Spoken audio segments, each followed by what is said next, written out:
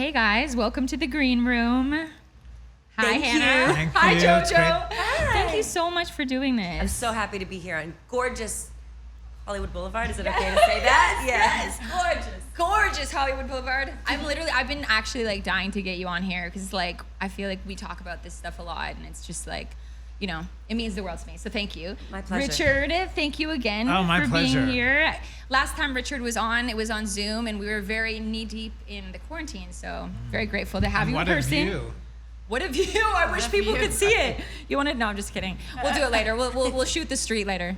Hannah Babbitt, of course, I already said hi to you. You want to do some wonderful intros as you always do? Absolutely. Welcome to the green room. First up, we have Jenna Andrews. Ow! Platinum singer, songwriter, vocal, and executive producer for artists such as Drake, J-Lo, BTS, Little Mix, Bene, Noah Cyrus, to name a few. Jenna recently co-wrote and vocal produced BTS's smash hit, Butter, the #1 record on the Hot 100 for 3 weeks in running. We love to see it. Love to see it. Jenna is also the co-owner of 27 Music Publishing with Barry Weiss and Sony ATV. Welcome, Jenna. Thanks, Hannah. Go, Jenna. Next up, we have Dr. Richard Tanenbaum. Dr. Richard Tanenbaum is a licensed clinical and business psychologist, a board-certified executive coach, and leadership consultant, providing psychology services to children, adults, couples, and families. Richard received his MS and PhD in clinical psychology from Virginia Commonwealth University and Medical College of Virginia, and his BA in psychology from the University of Pennsylvania. Richard is an adjunct assistant professor at the Department of Medical and Clinical Psychology at the Uniformed Services University F. Edward Hebert School of Medicine, and serves as on-call faculty for the Center of Creative Leadership. Welcome, Dr. Richard Tanenbaum. Wow, I haven't heard that in a while. Whoa. So thank you. I know. I literally was like, I didn't even know. You're the man, Richard. I know. Doing it all. He really is. Well, Oh, thank you. Last but of course not least, we have JoJo. JoJo is a chart-topping, award-winning singer, songwriter, and actress who at just 30 years old is already a veteran of the music industry. Oh my. 17 True, years very into true. her career, JoJo made a triumphant return last year with her 4th studio album, Good to Know, debuting at #1 on the Billboard R&B Albums chart and earning widespread global acclaim. At just 13, JoJo burst onto the scene with her self-titled debut album, whose breakout smash, Leave, Get Out, made her the youngest ever solo artist to have a debut #1 single in the US. JoJo went on to sell over 4 million copies and became the singer's first platinum record, which she followed with a string of additional hits, including the top 3 single, Too Little Too Late. In 2016, JoJo returned with Mad Love, debuting top 10 on the Billboard Top 200. In 2018, JoJo re-recorded. Oh my God. Joe, you're just so amazing. Oh my God, this is the longest bio. No, but we love it. We all love to see it. In 2018, JoJo re-recorded and re-released her first 2 albums, JoJo and The High Road, under her own label, Clover Music, so her fans could finally get the nostalgia they had been missing for so many years. She's also pushed herself outside the confines of genre, collaborating with artists ranging from PJ Morton and Jacob Collier. Over the past year, JoJo released the Biden-Harris campaign anthem, The Change, and her debut holiday album, December Baby, followed by a timeless track, American Mood. Oh my God. Welcome, JoJo. Thank you so much. By the Breaking way, out in hives. oh my God. By the way, I literally did not know that you have your own label. Yeah, it's through Warner. I mean, it's independent, but I distributed through Warner. So yeah. Well, how long? That's so Clover. cool. I know that we'll get into the real meat, but that's so cool. When did you start that? Thank you. I started that in 2018, I believe. That's so cool. Yeah, so I wanted more ownership after Right. being in the game for so long, and it's just Yeah. not even a question. Yeah. That's what's going down.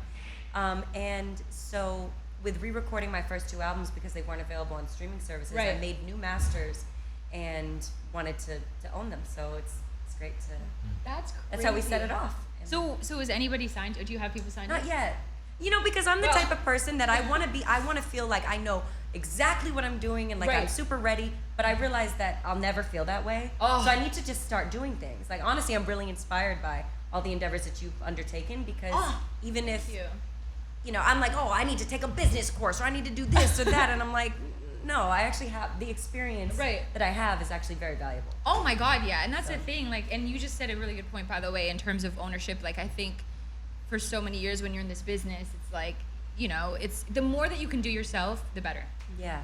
You know what I mean? Because if you're depending on people all the time, it's like, it's not, that's what I realized. I was like, that is not the move. Because when you're doing that, you don't want to wait for people to call you or whatever. If you have that stuff, you can do it. Yeah. Whether you do it or not. Like, at some point, you may see somebody and be like, oh my God, I want to sign them. You're like, guess what? I have a label. I can do it. Yeah, exactly. I already have the mechanism. Anyway, so on to anxiety. No, no, but Smooth like it's butter. smooth like butter. Oh my God, that's so cheesy. I'm like, you can say it, I can't.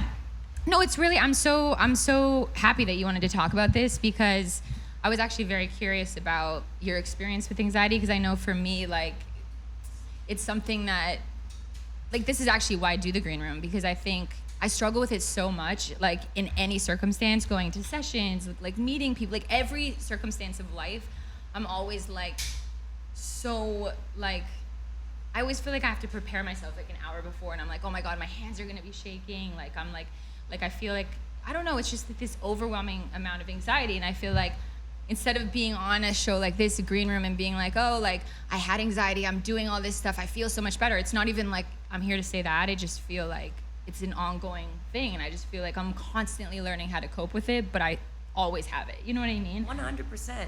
There's curious moments. There's moments where I feel like I've arrived, and I'm like, I'm so well, and then I'm like, and then I regress, or I don't regress. I just am a human being going through the experience of like a sliding scale of self-esteem or of. For me, I think that it's all ego-based. Yeah. And my ego makes me feel like absolutely nothing or like the biggest, baddest bitch on the planet. 100%. So I was just thinking about this yesterday, how like, I'm like, wow, my anxiety is really rooted in my obsession with myself. Wow. And that is not what's up. So sometimes I try to remind myself of that, and I'm like, yo, it's not all about me. Yes. Everybody's like feeling, I don't know, we're all just mostly in our own heads. Exactly. And to think about other people makes me feel better. Well, there's a roller coaster, right? I love that you said that. So it happens talk about all the that. time. Yeah. And I think everybody experiences anxiety. I mean, it's just Right. very, very common. I think also given the pandemic, that created a baseline of anxiety. So anything else even increases that anxiety Right. for a lot of people. And I think the most dangerous thing during the pandemic was not to acknowledge that it was really difficult to deal with, because it changed our behavior. Even though we didn't know it changed our behavior, even in subtle ways, was probably changed. 100%. And maybe we were more anxious. So we would experience, if there weren't the pandemic, then maybe we wouldn't have experienced anxiety as much. But you're right, and I mean this with admiration and respect. It is all you. It is always all us when we're experiencing it. Right. Yes. Right? And those cognitive tools about those cognitive self-statements like, but wait a second, it's not all about me, it's about others, those help, right? But it has to be a multi-level sort of remedy, right? These little things. And I would think with, in terms of the business that both of you are in and the celebrity, is that we all are being evaluated, right? Yes. But both of you are embracing that evaluation, maybe not, because you want to, but because you have to, Right. right? I mean, that's a really good So- point, actually. I love that you said that. Yeah. And speaking to the pandemic, the coping mechanisms that we all had in place for dealing with anxiety, or whether that's something as simple as going out and being social, or whether that's going out and drinking, Yes. or just going out, being more in nature, Just just leaving the home. leaving the house, or getting dressed up, feeling good about ourselves. Like, I think Absolutely. that those practices, Right. those rituals, like, Yeah. you always look so bomb. So do you. Well, thank you. I know. But it does make me actually feel better. Same. To like put myself together Absolutely. sometimes. And I had to start doing that during the pandemic, Right. during quarantine, because I was like, I haven't showered in 3 days. This is perpetual. Literally. This is making my depression really worse. I had to Yeah. change my socks in like 2 days. Oh my God! I'm like, I Sorry, smell, it's so and I don't random. Like this. No, but it's really interesting that you say that about the pandemic as well, because I feel like coming back out of it, I don't know if you noticed this. It's getting better now, but in the very beginning, it's like people literally don't know how to talk. You know what I mean? You're like, you know, like it's already hard to look at something in the eye for a long time, but like now, I went to this party like a month ago, and it was just like, honestly, I called it the zombie party because everyone is so like it, and we can't help it because it was just like we forgot the basic like ways to be able to communicate even in our body language. Oh yeah. Because you know what I mean? Like usually you'd be like, hey, and then you're like, oh wait, cannot shake your hand, and then you're like, fist bump, you cool with that? Like, do you know what I mean? Like, and then people are like, I don't know.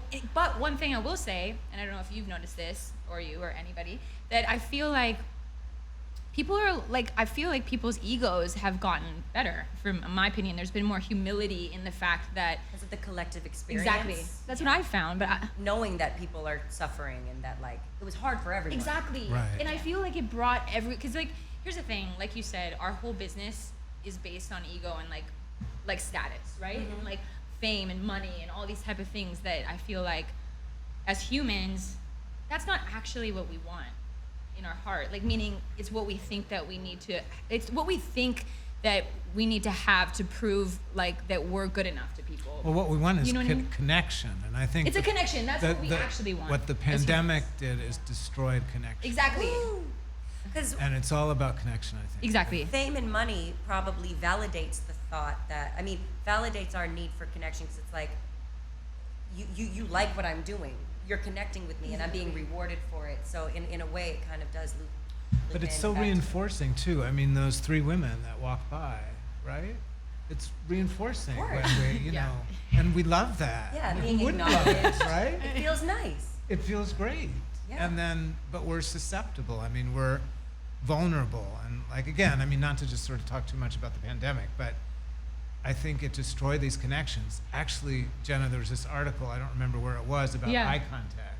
Oh yeah, because That people exactly. are having trouble looking at each other. No, that's like a Yeah, real thing. so- I'm really Yeah. finding that. Yeah. Yeah. No, just because it's like I feel like, think about it. We were in our houses with the people that we knew and we were comfortable with. So as soon as it's like we were allowed back into the world, it's like, how do you? Like it feels weird to like you're like, am I connecting to you too much? Like am I giving you like, is it, Like freaking you out with my right? Like am I coming on intensity? Yeah. too strong? You know what I mean?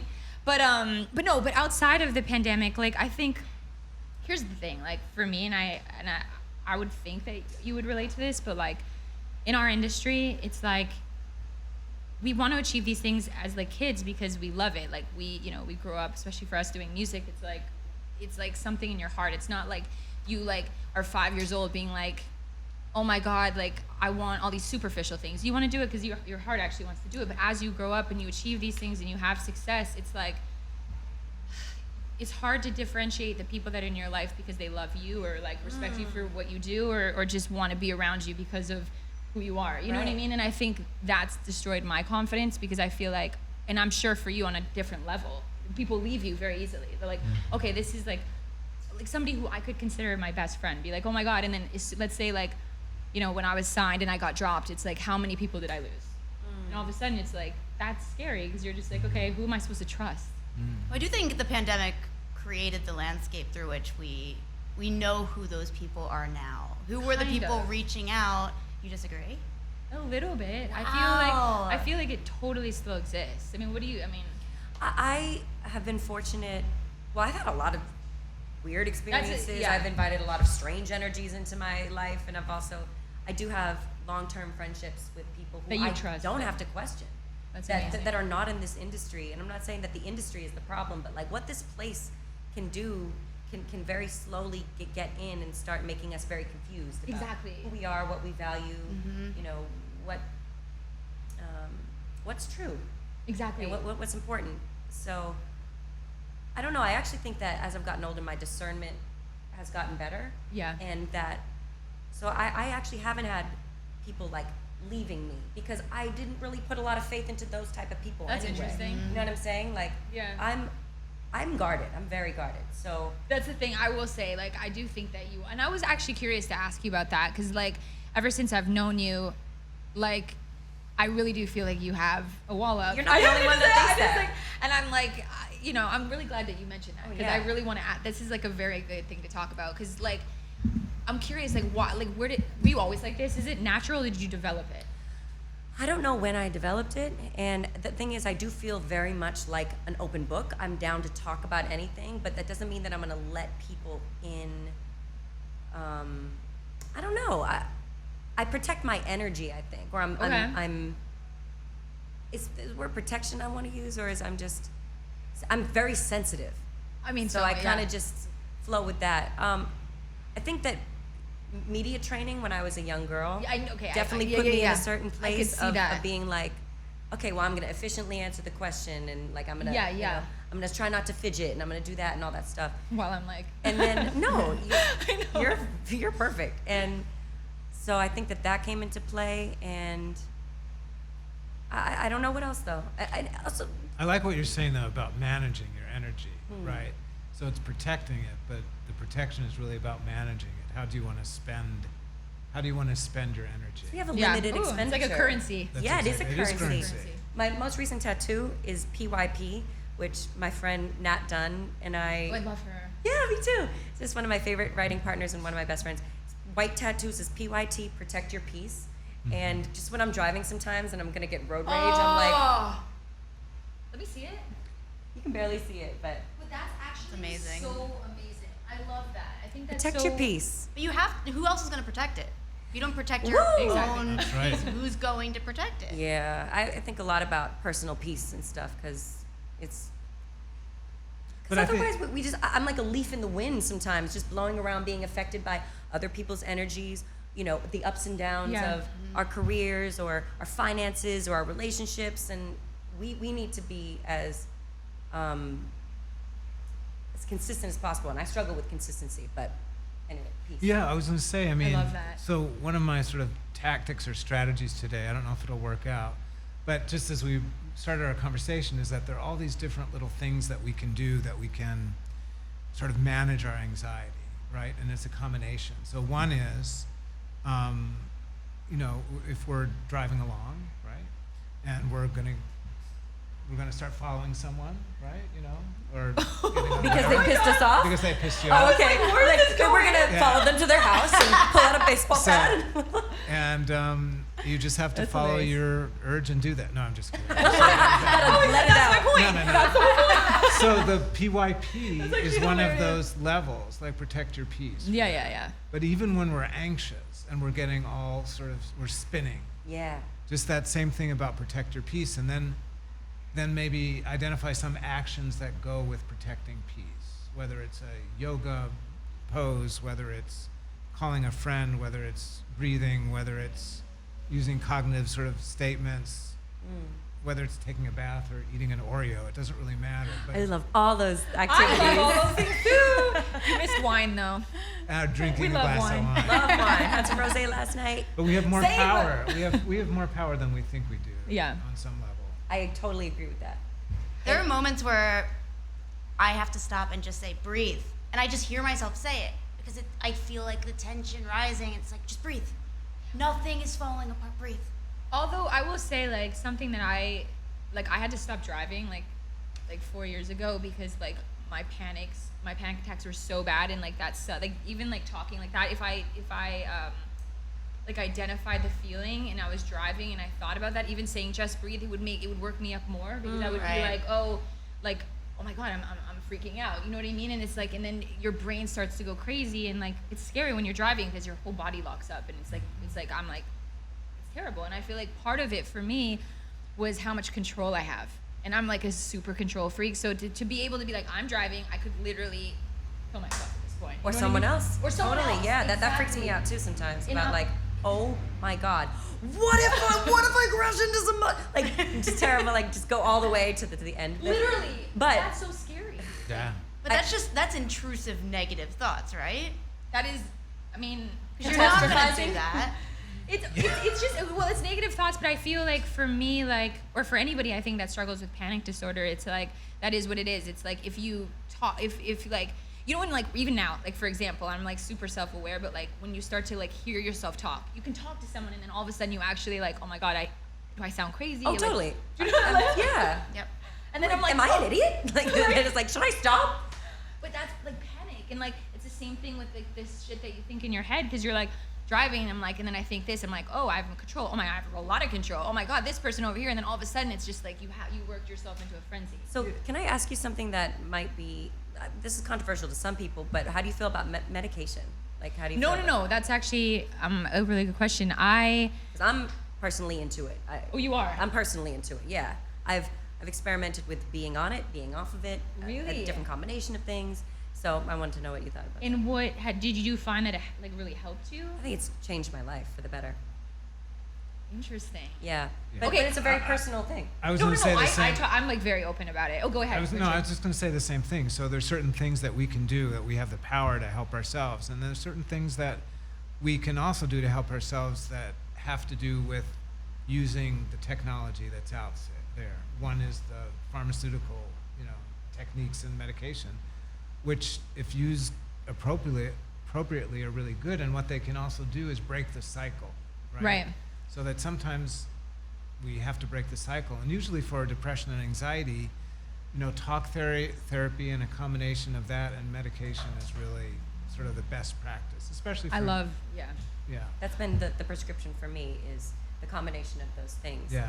And what was I going to say? I forgot. Hopefully I think about it. Changed your life. Changed my life. That's Yes. really interesting.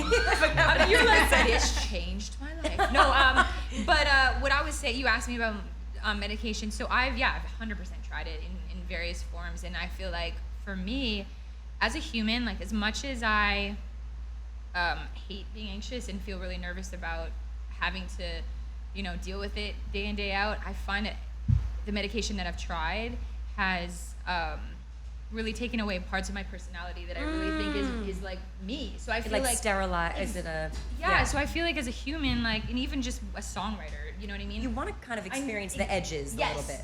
And it's kind of like psychotic, because I'm like, I actually hate this, but a part of me feels like I need it. So it's almost like this addiction to that. Like, it's like the highs and the lows. I feel you.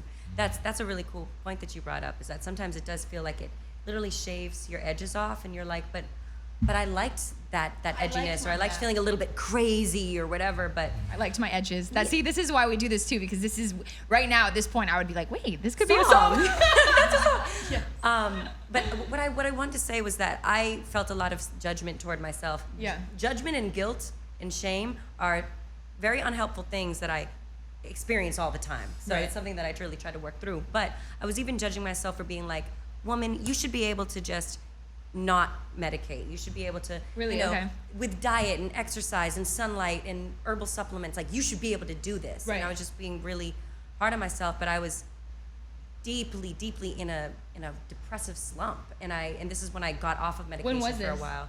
This was like a year ago that I was off of it. Wow, okay. And because I wanted to be off of it, because I wanted to see what my highs and lows were like Right. without it, because I had been on it for a while. Right. But this is what I wanted to say, was that I tried to have more grace and compassion and just understanding for this time that we live in, because these are unprecedented times, Yeah. not just the pandemic, but all the stimulation that we have, all the connection yet disconnection that we have as human beings. I think to be a human being in this society, for me personally, I need a little help. I need a little lift. Yeah. Because me personally, I'm too sensitive. Same. I am too sensitive to engage with all these different stimulus. Right. Like, I need a little help. So that's how I feel. And how do you deal with, like, going back to you having the wall up though? I really want to address that. Like, how do you do that effectively with the wall? Like, for me, I'm trying to relate. So like, if I did that, I'm just the kind of like a people pleaser type of vibe. So I feel like my vibe is like, if I were to do that, I would be so like, it's like, I don't know. I can't imagine. I feel like it can be dehumanizing. And I'm wondering, like, do you know what I mean? Like, do you feel like it takes away, like, when you do that, do you feel like you can still like have a proper connection? Is what I'm saying. Yeah. You can. Yeah. So how, like, that's like, Probably even more of a connection sometimes, right? yeah. So like, better yeah. ones. Yeah, better So ones. explain that to me. I'm just trying to like understand. Like, when you come in and you have the wall up. Well, what does my wall feel like to you? I'm curious, because I don't feel it the way you feel it. I know. Interesting. You know what I mean? Yeah. Well, I of love course, this. because It's you. yeah, it's me. Exactly. I feel like your wall feels like I don't know the full you. Like, I feel like when from all the time that I've known you, I feel like I only know a little bit of you. So I feel like for me, I feel like even though you may tell me something, let's say you say as personal of a thing that I would say, right? Like you could tell me the most struggle that you've gone through, but you'd say it in a different type of way. So I would be like, are we like bonding? Like that's how it feels. So it would be like, I can't tell if we're actually like how close we're getting because I feel that wall. So I'm curious if like, what do you feel on the other side? The thing is, you're not alone in observing that about me. So that's something that I totally recognize, and not everyone feels that way necessarily. But thank you for telling me that. So how does it make me feel? It makes me feel like I'm not doing an effective job communicating, or like I'm not. But it's also, I would say that I feel, first of all, connection is my favorite thing in this human experience. Oh, me too. 100%. I love connection. I love talking about things. My favorite things to talk about is sex and music and spirituality and just all types of like lovely sensual things. Like, and your music, I love that stuff. Like when you sing, like it's like the most connected. You know what I mean? So that's why it's like. But how do I'm not actively like, okay, now it's time to put my wall up. It's not like that. It's just that. She goes, it just happened. My force field. Imagine there's a button. She goes, secretly, I have a button. She goes, zoom. Hi, I'm JoJo. You feel that? No, it's so not like that. I just think, I wish that I wasn't so sensitive, but like I will interact differently with different people based on how I feel energetically. And it has a lot to do with the day. Can I say something about sensitivity? Yeah. Two things. One is, so this is my sense, and give me your I sense. believe it to be true, is that it's your sensitivity that allows both of you to do what you do. Right. Right? There's some raw talent, anatomically, physiologically, whatever. Right. But there's this sensitivity that allows you to interpret songs, to write songs, to get other people to feel. There's advantages and liabilities to every super strength we have, right? So even the superheroes, there's some, I'm sure I haven't thought about it enough, but there's some shadow sides or liabilities, but it's about acceptance, right? So it's about protecting that sensitivity and loving that sensitivity, but knowing that it takes care, and there has to be a custodian that watches over it, right? So that's one thing. It's not a problem. There are some consequences to it, right? And whether it's using medication or psychotherapy or understanding what makes you feel better, that's what's important. But it's loving it and embracing it. And that's what your fans and people around you love and embrace. The other thing I wanted to say, I'm highly caffeinated, so then I'll stop after I love that. caffeine. Same, I'm like, we need more. Yeah, let's blast off. Is that there are three interpersonal needs that human beings have. There's one for control, inclusion, and affection. So control is control, basically. And inclusion is a need to be included in things, invited, asked questions. And the other is affection, which has to do with the extent to which we need close relationships. And going back, JoJo, to what you said, is that sometimes there's some people that, yes, like you said, connection is so important to you, but there's some people that are very discriminating about where they get that connection. And that's just part of their hardwired stuff. And so other people can see that as being sort of distant or disinterested or whatever. But it's just about being a little bit more discriminating about where you want to sort of exert that connection. Yeah. And I wasn't always, and I think I did definitely get burned by that. And Yeah. It was consequential, you know, like especially when I was younger, and I became very self-conscious about that because I would tell all my business to strangers and in rights and all that stuff. Yeah. So I do think that that's probably where my guard developed. Yeah. And then Interesting. But what Did you it burn? But you felt burned by that. I felt embarrassed. See, that's because I can relate felt to. embarrassed. That's exactly how I feel. But that's why I'm asking you these questions, and I actually find it very fascinating because for me, the way I reacted to, and to try to cope with it is to almost like. It's almost like I have to over people. You please. said about people pleasing, and I wanted to talk to that. Yeah. Because I don't have that same desire, and I think it's so amazing. Which I'm so jealous of. How we get Not to jealous, talk but, like, about like just how human beings are all different. We're all walking around with our experiences that shape us and color us in particular ways, and that accessorize us, and you know what I mean? And like when I'm ready to go to sleep, I go to sleep. Even if like we're hosting a party or something at You'll at just the be crib. like, bye. No, I won't be just like bye, but I'll be like, you guys, I have a really early morning. Like I am gonna put myself first. You said boundaries. Wow. I love that. I really, I have not. I don't always I don't always like Yeah, but stick that's to them, but I've That's really been that's working on it. amazing. I would really also dig it. argue that you do have a guard, by the way. Me? Ooh, Yes. come on, argument. Yes. I mean, I think your guard is just completely different. Yeah. You are overly friendly as a guard. Yeah. And I know that because I'm so close to you and we're friends beyond Yeah. all of this. But the energy you put out is guarding yourself in a way. And I see it at parties. That's dope. I see it out, and you have a guard up, but your guard isn't reserved. It's, what do you need? How can I help? What can I do? That's literally my guard. It's a beautiful guard to have. It's a beautiful guard, but you But it is a tend guard. to give a lot.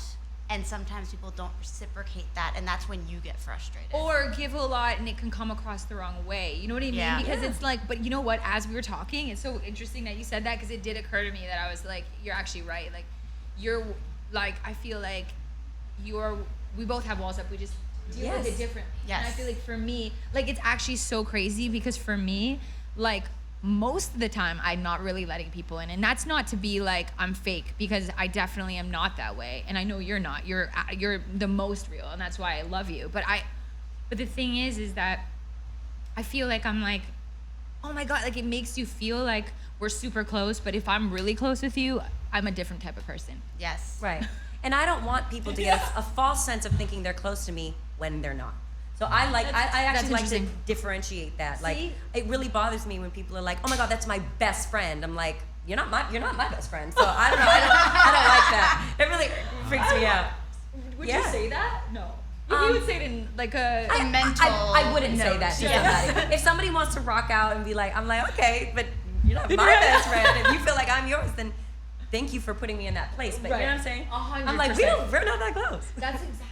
Oh my god, that's actually so we're more similar than I thought, because it's like literally that's what I think too. Because oftentimes, especially when you are, for me, like super friendly, people will come out being like, oh my god, like we're so close, and in my head I'm like because of my trust issues, it's not that way, because I would just in my head and immediately I'd be like, I need to build so much with somebody to even like give them a tiny bit of my real self. People You know what have I mean? different ideas or expectations of closeness or of what they expect from 100%. friendship and depth and what type of, you know.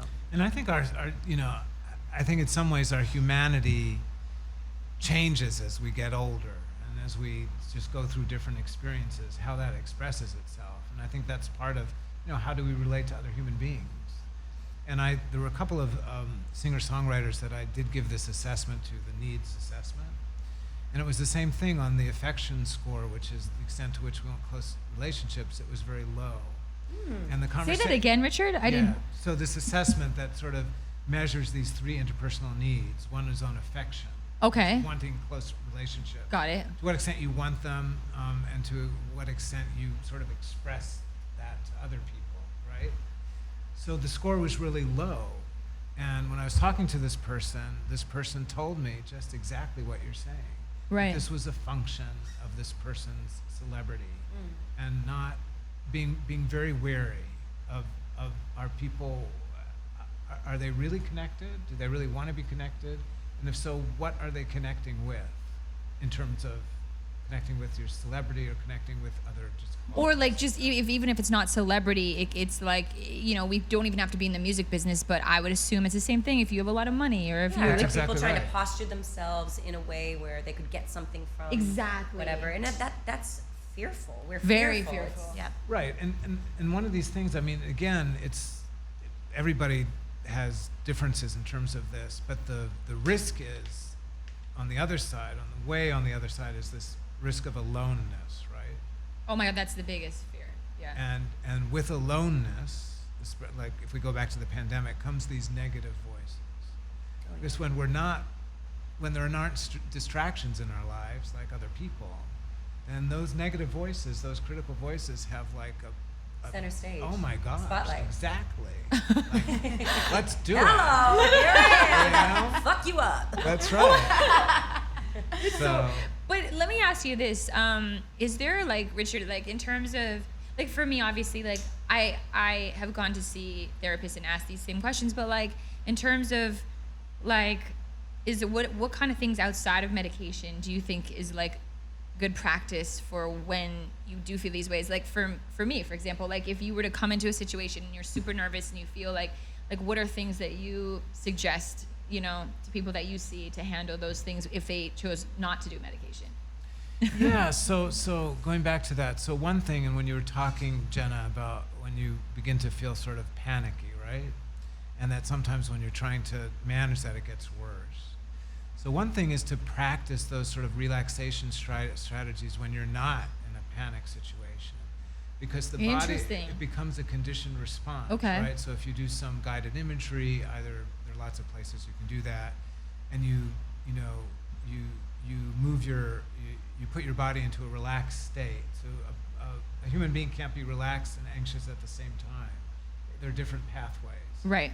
So when you practice doing that, even when you're not panicky and everything's wonderful, and you're Just chilling on the couch. chilling on the Okay. couch, then when you are in an anxious situation, you can call it up much more easily. That's interesting. So, but it's a practice, and then you'd figure out ways that you can do that practice, connect it with things that you do every day in your life. I assume you brush your teeth every day or things No, like I that. don't. I'm just kidding. Gave up a year and a half ago on that one. That's right. But I mean, you can either just focus on your breathing or doing emails as you're just sort of conscious Right. breathing, not holding your breath and things like that. So part of it is building this strength before the anxiety. The other thing is what I said, the Interesting. cognitive coping statements. I know I feel anxious now. I felt anxious before, but I know I'll feel better. I just need to take a couple of breaths. I know I'm freaking out right now. That usually happens, but I'll feel better soon. Things like that. Right. Talk to yourself. I think that's extremely helpful. I think doing something that's energizing every day that you really like to do. Like music. Exactly. But what about if it's your job, though? That's another Yeah, thing. that's Not the to say, challenge. You Yeah. need some sort of separation Right? from your job. even though, listen, we love it so much. It's that amazing that we get to call this a job. Like, it's so cool, but it's still, It's a job. it brings us some anxiety Exactly. and stress because of the things associated with it. But of course, it's fun, the creation of it. But then there's the business. Exactly. So, yeah. Music business should not. It's like an oxymoron. It's like Yeah. it isn't like right because a lot of the job isn't the music part. I mean, it is obviously, but in terms of all the things, the peripheral events around it, even like touring, for example, like for me, that's one of the reasons why it was so hard to continue doing an artist thing for me, because I felt so tormented by anxiety around, not in the actual performance of it, but everything else surrounding it, and it was like hard to deal with. Like, how do you deal with that? Like, just in general, like how do you deal with anxiety around performing and just like press and all this type of things? Like, So, as the bio mentioned, I just did the mass. let's go back to the bio. Should we read it? I just did the Masked Singer, and he told me that he saw me on it. I did. And That's so that sick. I was deeply, deeply terrified being inside that thing, and also Really? being like, I can't believe I'm wearing this wild costume. I can't believe I'm doing this. Just going down a totally negative train of thinking, and also not knowing what the competition was, because they literally didn't let you see anybody else's performance while you're doing it. I had no idea who anybody else was until I was watching it on TV. So I was like, what if like the best singer in the world is doing this, and I'm like, little old me, and I get voted off like Well- the first thing. No, I just didn't know. So how do I deal with anxiety around that? I would say that preparation makes me feel better. Like when I feel Interesting. practiced, and when I feel that I'm doing other things, like when I already feel successful before I even get to set, or before I get on stage, when I have like completed a 3-mile jog or run, and when I've meditated, and when I've journaled, like if I don't do those things, I'm not gonna get the result that I'll feel that I'm happy with. It's not that I won't every time. Sometimes I will, and that'll be just like Right. because I have equipped myself before. Absolutely. But I loved what he was saying about like having that under your belt already, so then you can go into that Easily. flow state easier. And so there's those natural things, and then taking That's very like interesting. turmeric, like for anti-inflammation, because I think even inflammation in your brain can, Right. affect us Of course. in those ways. Making sure I'm hydrated, not over caffeinating, even though I do love to blast off to the moon, but I try to like keep it to 1 cup. And to be very honest with you, I developed like a lot of anxiety a couple tours ago. Okay. And that's when I started taking Xanax every once in a while. So like How did you feel that affected you? Because I thought it made me able to complete my obligations, my commitments. wow. Otherwise, I think I would have. When you're up close with people and you're doing meet and greets and you're hugging that's them, what I mean. And I love hugging people, and I don't want to have a superficial meet and greet experience where people are Exactly. just like in, out, in, out. I agree. I'm not comfortable with that. Totally. So, but to be so close with people and to have them right up in your face, and sometimes they try to pick you up or they want to like kiss your face or something. These are strangers, you know. At the end of the day, they're my Try to My pick you family. up. anxiety's Yeah. peaking right now. Oh my God. It really freaked me out. So to be honest, I would take a little tiny bit, like the lowest dose, and maybe it's not appropriate to like say what exactly you do, but No, I mean it's everything's a that's- pro. That's the whole point. that's So not only these natural things, but also for meet and greets and stuff, it was really freaking me out. And yeah. And that's exactly what I felt too. And I feel like with Xanax, I actually took it for the first time recently because I was like staying up actually so many late nights doing butter actually, and it was so funny that it was like it was making me so like it was making me more anxious because I wasn't sleeping, and it was like, really stressful and Not like all sleeping these is the worst. Yeah. It just makes everything worse. it makes Right. everything worse. And I feel like so I took Xanax, and the effect that I feel, it went back to the same thing I said about other medication, is that it chilled me out to the point where I was like, I don't like recognize me. And it was so weird because Did you maybe take too much though? I'm like, I took the whole, no, I'm just kidding. That's not a good joke. No, I took one. Okay. Well, I took but one. Is that there's too much? Well, it depends what the one What's is. that? What was the Depends one? what is, because I They're different What? milligrams. Okay, so talk to me about this, you guys, because I just don't. I've I literally don't- only taken it one time in my life, and I took one pill. So I don't know what What I color should was have. it? I've never Guys, taken I it don't before. know. I I have no don't idea. know. I would think it was white. I mean, what color is it supposed to be? mine is not white, and I think Oh. the white one is bigger.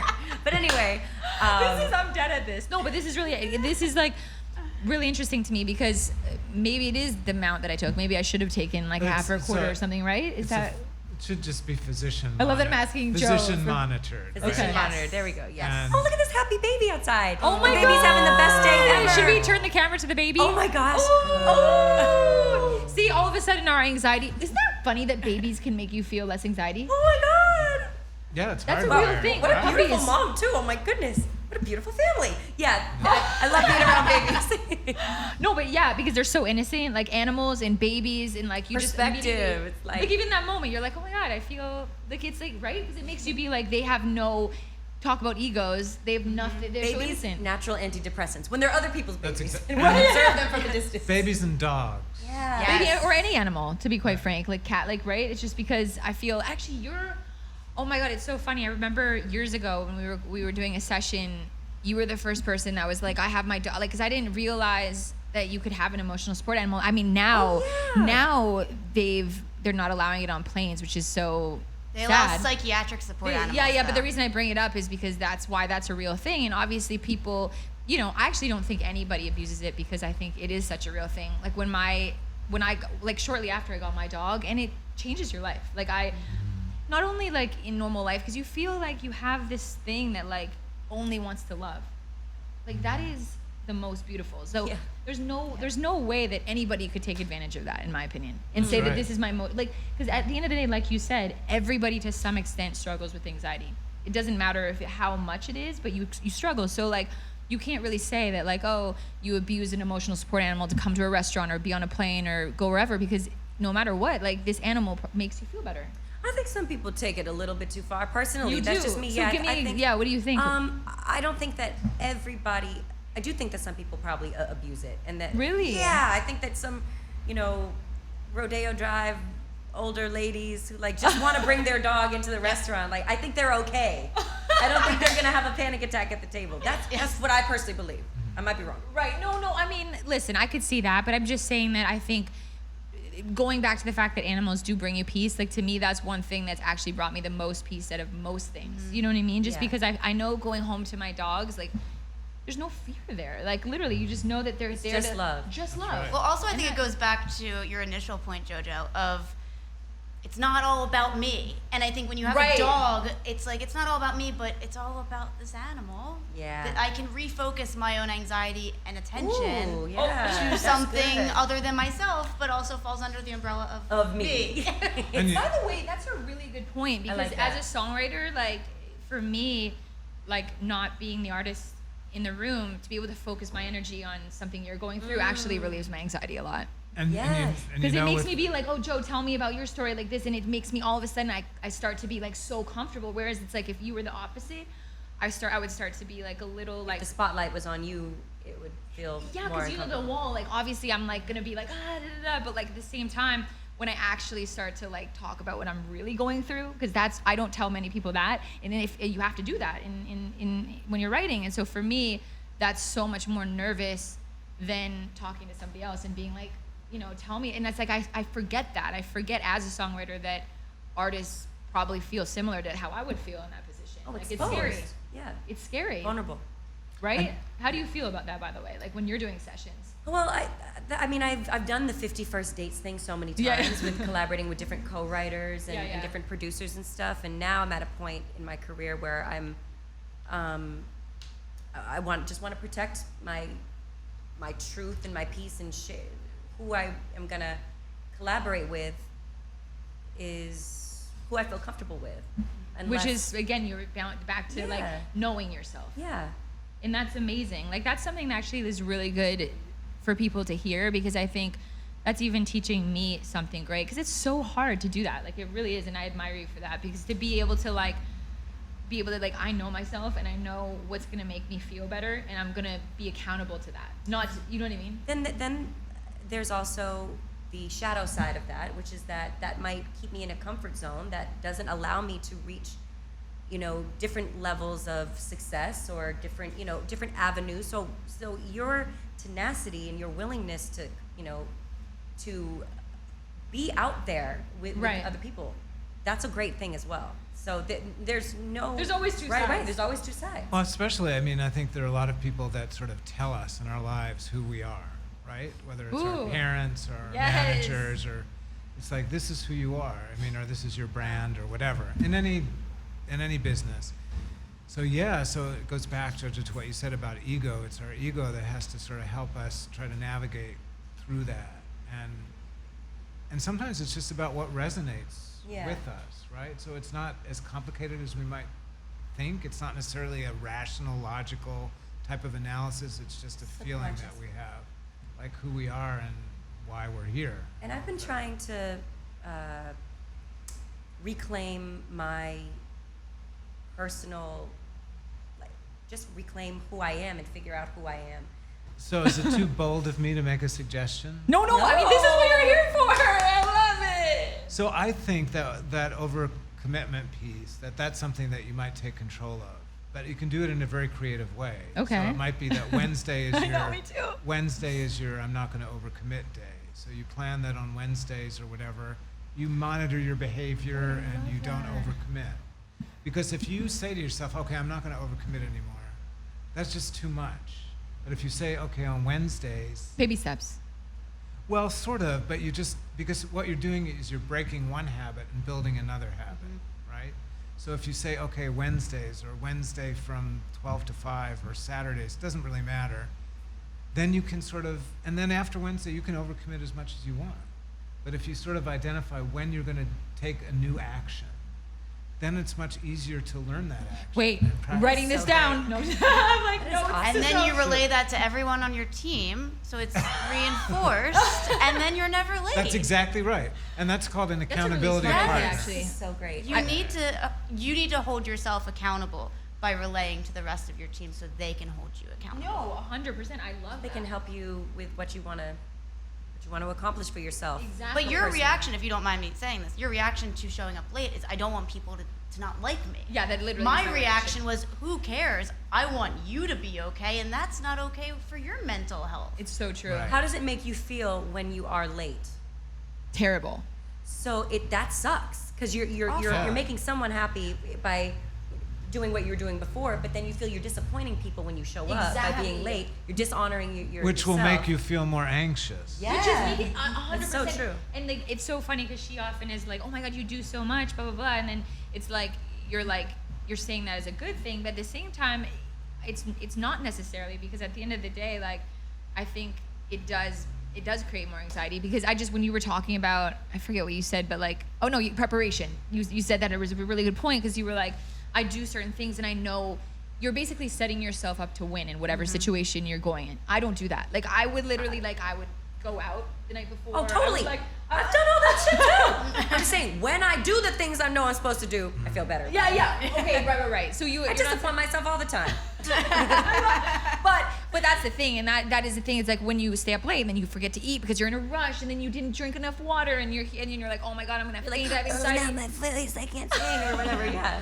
But it's like, but then I'm thinking about that as you're saying it. I'm like, no, it's actually so true, because like if you prepared yourself mentally and physically to go into the situation, you're gonna be better. And you'll feel there's less areas to be stressed, because you're like, I'm good. I'm good. There's pathways, I've done that before.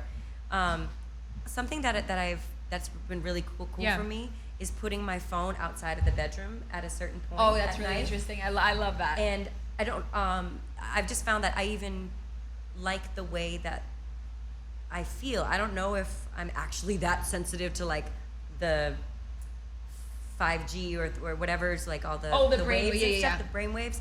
But I just like that I'm not available past a certain time. I just really like that, and that I try to wake up and not go to my phone first, because then I become reactive. Right. And then I'm like, So what do you for? What do you I do? take my dog out. I have a glass of water. I have a coffee. Wow. And I take my dog out and I try to get some sun, and then I'll check my phone. But it's like after I've make sure that I'm okay, and it doesn't need to be like that late. But everything's gonna be okay if you don't check your phone till 9. It is gonna be okay, or 10. We're not or saving whatever. lives. Right. I'm In not a some doctor. way we are. He is. Some way. Yeah, he I'm is. not. Richard is, and I think there's such an urgency attached to the music industry constantly, and It's Like just fear not of true. missing out, FOMO. Yeah. nothing's gonna fall apart. When was the last time something fell apart? Because Well, I think the other thing is think- that yeah. when you answer those phones, where you reinforce the person on the other end thinking that what they had to say was in fact an emergency, right? So you're not helping the situation much. And Yeah. speaking to protecting your energy, right? It's like that. Okay, so like going to your phone. Let's say you slept well, everything, and you were ready for a new day. You wake up, you're like, I'm ready for a new day. I feel good. The first call or the first text you see ruins your energy. Oh, totally. Your day's Throw me done. off. yeah. And if you're not prepared for that moment or how to deal with it, like literally for me, like it's like, I was just talking about that this morning, is like I obviously manifestation's a whole thing that like it's something I talk about a lot, and I think that like a lot of times it feels very intangible, but you can negative manifest too. So it's like think about it, and then you overthink and you'll think it more, and then that's why people say, oh, when it rains it pours. There's a Because reason. you've been attracting more of the same. Exactly. So one thing on You your phone- believed it. You gave it power. Exactly. And so like you could read it and be like, okay, cool, and it makes you feel bad, and then everything else that happens that day, you'll relate back to that one thing and be like, oh, they were right. Oh, this, and by the end of the day, you're like, damn, like I feel really shitty. So I get that. That's actually really interesting. I mean, I try to do that with my phone at night, but in the morning, it's almost arguably like more important, because it's like Yeah. you're starting your day. Yeah. So what we're talking about on interesting. some level is like resilience, right? So Yeah. So the best remedy for anxiety is to be resilient. And how do you maintain your resiliency? Well, it's exercise, sleep, good diet, but all these other things. Because every time, I would say, Jen, I don't mean to like point, but I think your example is really good. So every time you overcommit, that uses a piece of energy which makes you less resilient. And then you do it again, makes She you goes, less "See?" resilient. I know. She's like, he's right. No. I mean, yeah. I mean, it makes sense. But our resiliency is what we fight our anxiety with. We're Right. more able to manage anxiety when we're resilient. Anyway, it's complicated, but yeah. I It is mean, what it is. no, I mean, listen, and it's all like, it's all a work in progress. And I think it's just like, it's just interesting. And it's more comforting, honestly, to know that everyone goes through it. You know what I mean? And you're not alone. And like, you can, even though we speak about it and it feels like mental health has become so much more, not even accepted. What's the right word? It's like, I just feel like people are accepting it as a real. It's part of pop culture now. Exactly. We're talking about it. Exactly. It's not something that's not spoken about. And I just wanted to quickly say that I grew up knowing about depression and anxiety and it being talked about. I saw my mother be deeply in her own throes me too. of things. And I'm not going to put her business out there, but I mean, I just did a little bit, but she would tell you as well. And I didn't understand it until it hit me as an Same. adult. I was like, why can't you just get it together for me? Why can't you just show up the way I need you to? And why can't you be like this mom? Or why can't you do this or whatever? And now That's so it's just interesting that I wasn't able to have that compassion for her. And I do think that today in 2021, people are more aware. They have more empathy. Less of a stigma. Less of a stigma. But it's just interesting. I didn't understand it until I was dealing with it. You know what's Richard, have you interesting? noticed the lack of, what's the word? Have you noticed the shift in culture being accepting of mental health? Yeah. Yeah, I think it's still, there's more work to do, but I think that there is more acceptance. Yeah. And now there's this whole school of thought about positive psychology. Have you heard about positive psychology? No. So basically psychology was always the study of psychopathology. Positive psychology is the study of authentic happiness.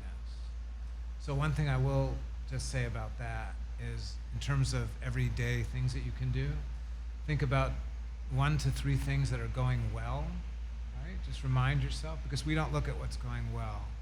We look at what's the danger that's lurking behind us. Oh my God, that's so true. So true.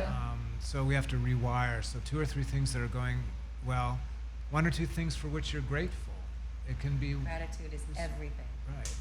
And think Gratitude about is someone so that you'd important, like so to important. thank, right? If you thank someone. Oh, should we do it now?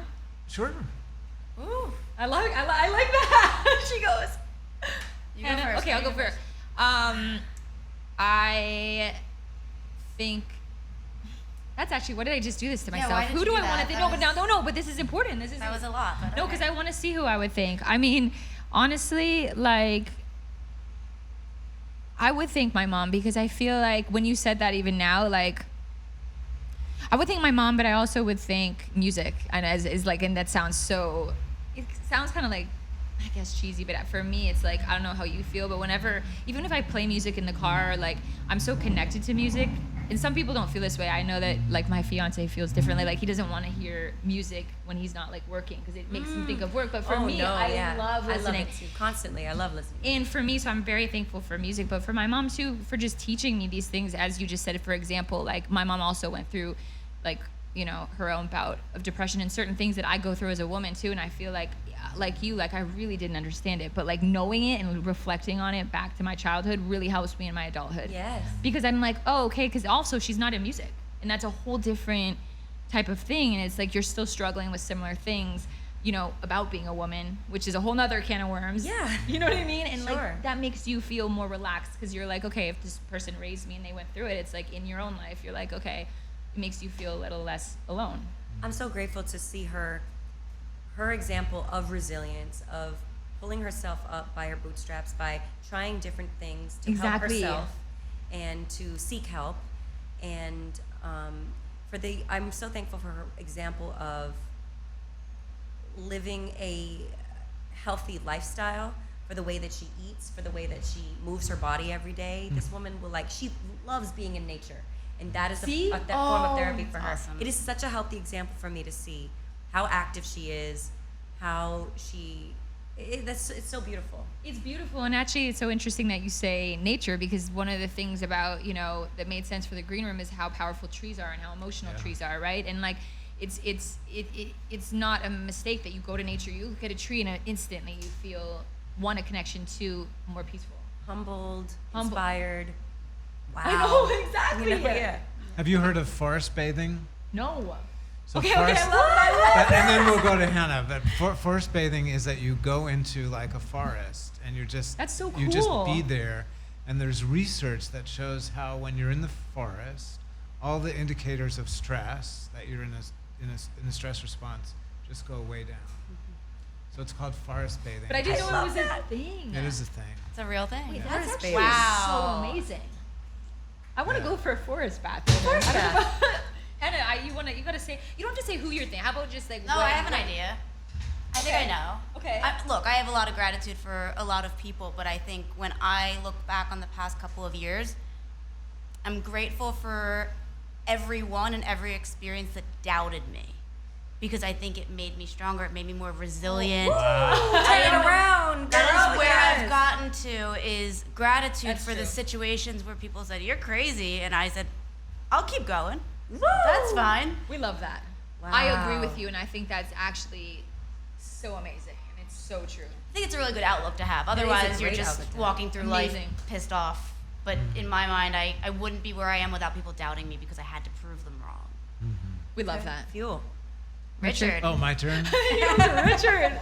So since it's Mom Day, I think I'll thank my mom because I she love was that we just said this. amazing. She always supported my creative side. She had a wonderful sense of humor. And one thing I'll always remember is this was like years and years ago, and I was leaving their house and walking down the stairs, and she came out while I was just walking down the stairs to the car, and she said, "Richard." And I looked up, and there she was, and she said in a very loving way, "Never be afraid of anything." And I just play that. back all the time. That felt good to That hear. felt so. What a gift she gave you by It was instilling a that in you. huge gift.